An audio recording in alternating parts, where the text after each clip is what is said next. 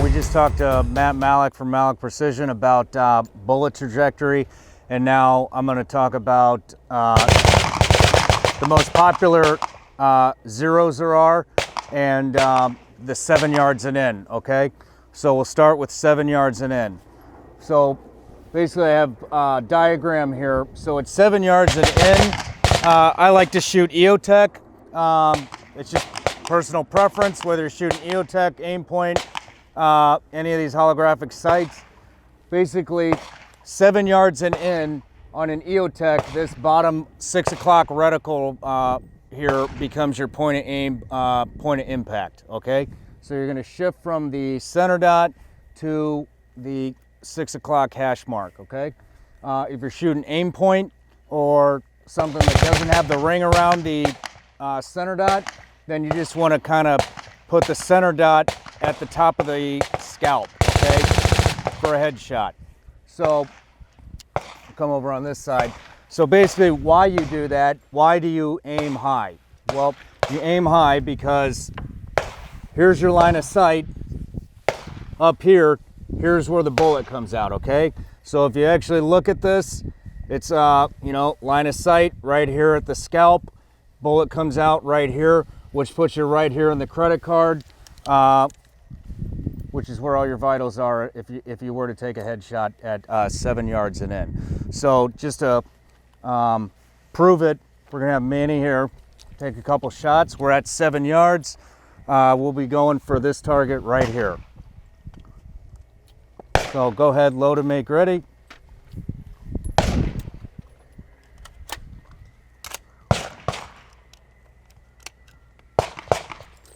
All right, Manny, so just go ahead.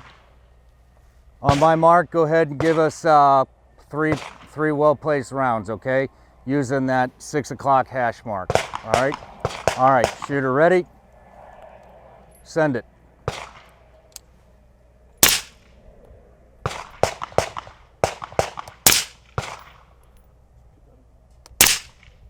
All right, go ahead, safe and let it hang.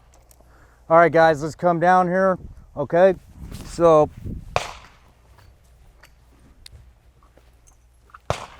we got 3 shots, 7 yards in the head, okay? Right in the credit card. Breaking the line here a little bit, Manny. But, so basically, his point of aim, if this was the EOTech reticle, his center dot is right here at the top of the scalp, and the outer ring goes down like this, okay? And that 6 o'clock hash mark is what his point of aim is, okay? Again, if you're using an aim point or any of these other SIG, Vortex, whatever, these other reticles or holographic sights, you're just gonna put the red dot right at the scalp, which just happens to be 2.5 inches above the kill zone on a headshot, okay? So let's go back over here and talk about the different zeros.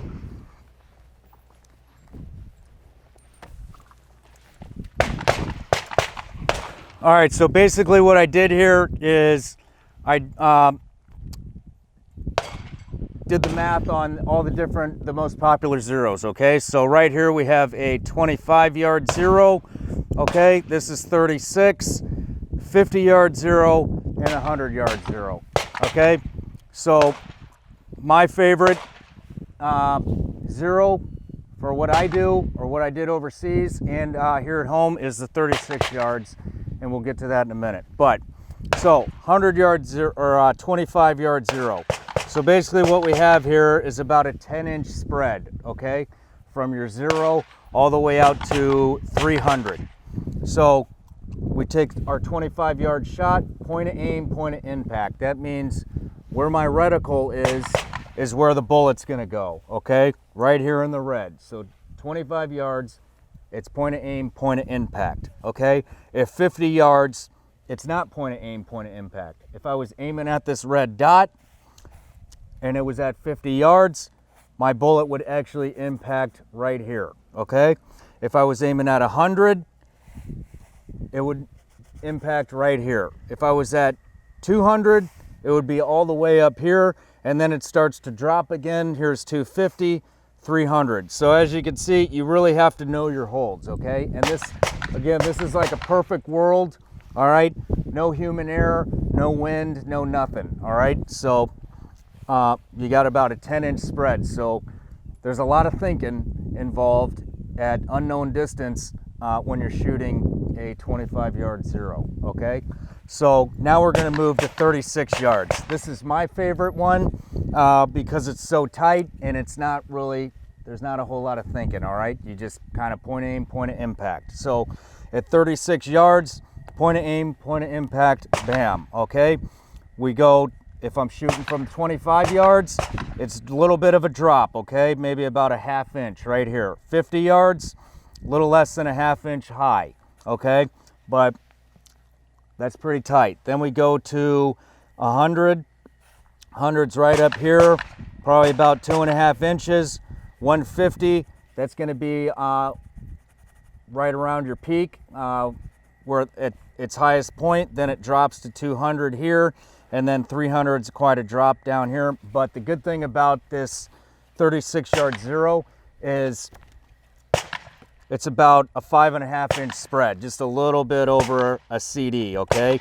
So if you are aiming at somebody in a perfect world or something, okay, this is gonna be your impacts from 25 all the way out to 300 are gonna be just a little bit larger than a CD. So there's no thinking about holds when it comes to the 36-yard zero. So then we move over to the 50-yard zero. 50-yard zero is actually a little tighter until we hit 300 yards, okay? So 50 yards, point of aim, point of impact. 25, about an inch low. Then we go out to 100, about an inch high. 150, maybe an inch and a half high. Then we start dropping off again at 200, 250, and then 300, as you can see, is all the way down here, okay? So we actually have a tighter group than we do at the 36 until we hit 300, and then we have, you know, this is actually about a 9½ inch spread, okay? So then we have, this brings us to the 100-yard zero. 100-yard zero, super tight. You know, as you can see, like on the Sharpie, that's probably about, I don't know, 3 inches, okay? 100-yard, point of aim, point of impact. 25, maybe an inch and a half, 2 inches low, okay? 50, we rise a little bit, about an inch low.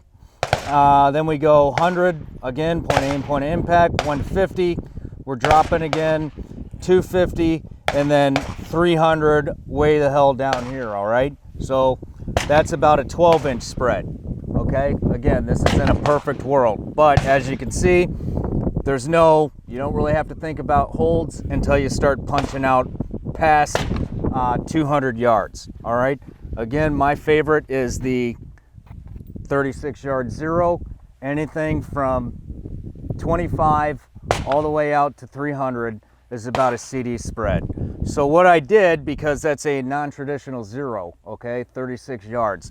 So I went ahead and I made a target.